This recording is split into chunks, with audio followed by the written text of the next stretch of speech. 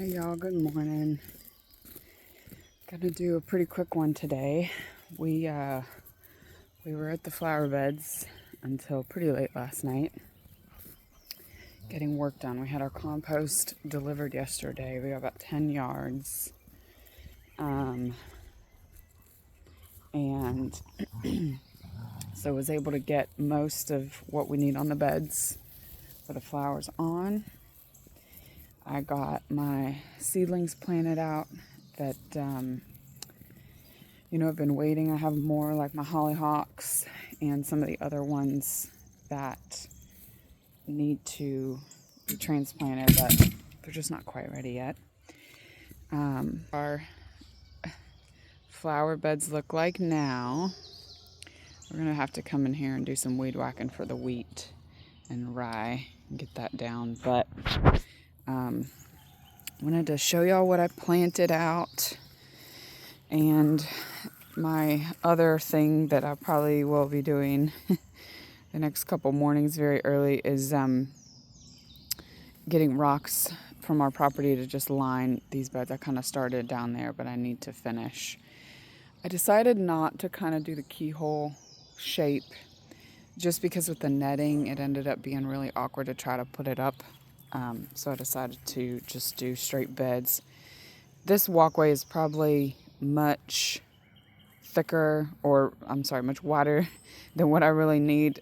But I actually think what I'm going to do is weed whack, do like a small 1 foot bed here, and then just do a really tiny walkway. Again, just so I can get into like weed and stuff like that. But the other day at the nursery, I got some St. John's wort. This is not going to be for this year. This is an investment for the next couple of years. These create these berries. Their hypericum berry is the St. John's wort berry, and really beautiful in like fall floral arrangements. These are my sunflowers that I transplanted out. I know that people say you're not supposed to transplant out sunflowers, but y'all, I honestly have not typically had an issue. And these are actually, this is another St. John's wort, but you can kind of see the berries there are used in flower arrangements. So really pretty, but again, like that's not going to be something we're harvesting in the fall. It's going to be a couple years over. The tags on these say that they're a perennial in zone 5 and 6. So I'm hoping that means here in zone 7, we're golden for winter time, because obviously it's a warmer climate, but we're going to have to see, how they do. There may be some pruning and all of that involved, which I'm going to have to research more. The other thing I got was bee balm. This is a great medicinal, also attracts bees and butterflies alike. So I found this, and again, bee balm and St. John's wort, I have had a really hard time getting started from seed. Oddly enough, lemon balm has been really easy to get started from seed. So I planted all of my double click cosmos out here. These are the lilac zinnias there, and I did start more last night, so there will be succession sowing that happens for things like the cosmos and all that. These are the ranunculus, and I planted these out. What happened was I had gotten them, pre-sprouted. The compost hadn't come yet because I was late ordering it. And so was trying to plant them because I was concerned that they were starting to get leafy and stuff like that. And I was like, I don't want them to, their root systems to run out. So I potted this thing and forgot to water them one day when it was crazy hot. And so they ended up wilty. And I'm kind of wondering now, like, can I just trim the ones that look really bad back? And, will they resprout from the corms, or what's the protocol? So I got to do some research to figure out what's up with that, because ranunculus are beautiful flowers, and I really,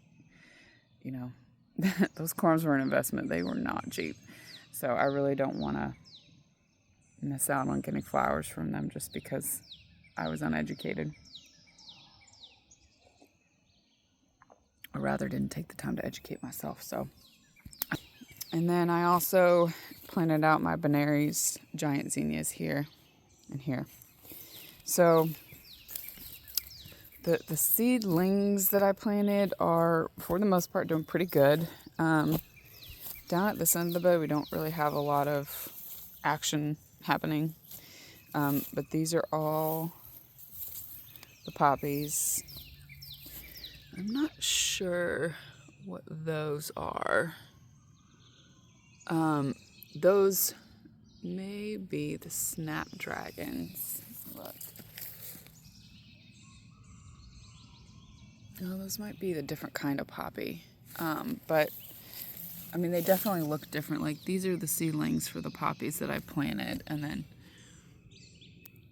these are the other ones. I think those are the Hungarian poppies. I did also plant snapdragon, so I think that's what that is coming up.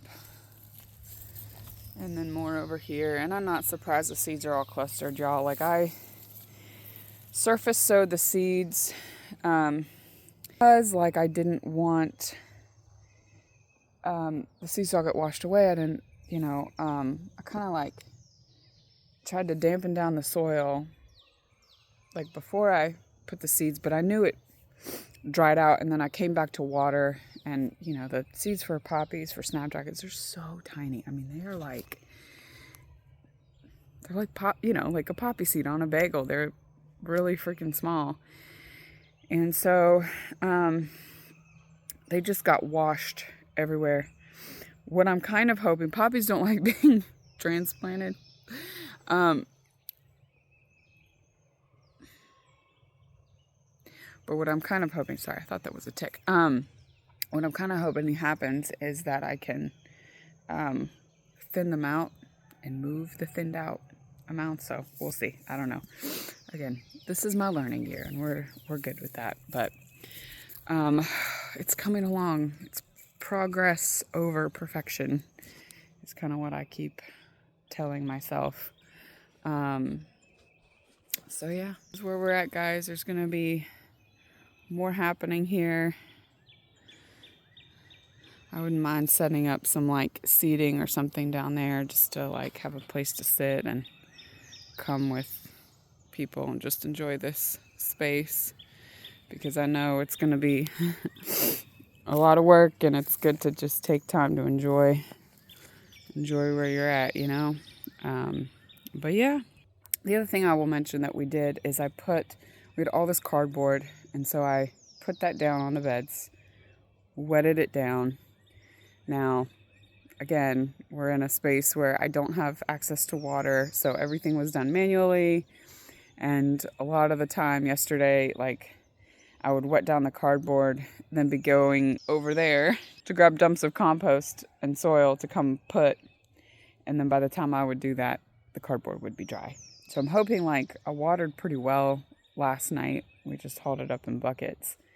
And I'm hoping that that was enough to wet back down that cardboard, because what needs to happen is the cardboard needs to disintegrate, and it just provides extra carbon. I mean, it's great for the beds, but then also to sort of help with weed suppression. So probably my task, maybe this evening, is going to come out and weed whack all of the wheat and the rye down. So anyway, quick one for you this morning. Thank you so much for hanging out in my lovely space here. Look forward to sharing with you what I learned, and we'll see how it goes. All right, guys, see you on the next one.